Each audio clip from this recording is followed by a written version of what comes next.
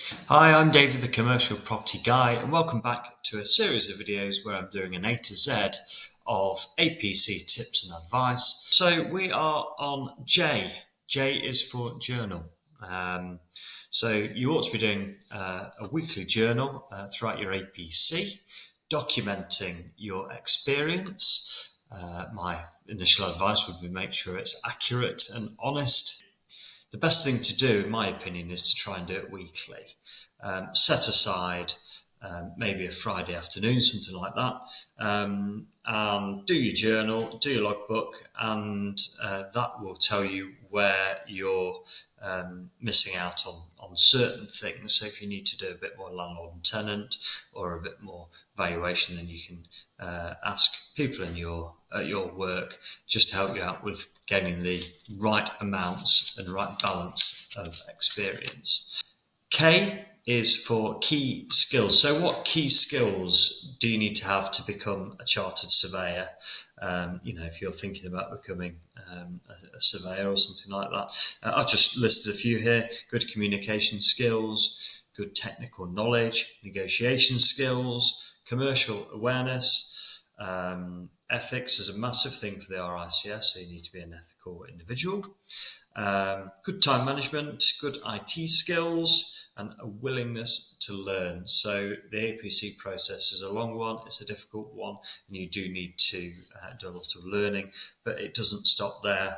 Your learning needs to be throughout your whole career. This is known as CPD, Continued Professional Development, and it's a requirement from the RICS to do at least 20 hours of CPD every year. So that willingness to learn doesn't stop when you pass your APC. L is for landlord and tenant. So this is one of the competencies that you may or may not be doing as part of your APC process. So apologies if it isn't, but if it is, if you're doing level 2 or level 3, landlord and tenant, you need to make sure that you are gaining the relevant experience. That's such a big thing. Rent reviews, lease renewals, dilapidations, things like that. Make sure that your company, that the firm that you work for, is giving you that depth and breadth of experience in all of these matters. So you get hands-on experience on all these types of competencies. Case law is a big thing in landlord and tenant. I've always found it really hard to remember case law, and it's a case for when you're doing your final assessment, you just need to knuckle down and learn them. That wasn't easy for me. Some people find it easier than others. And notice periods as well is another big thing. But in your APC final assessment, you are likely to get given scenarios.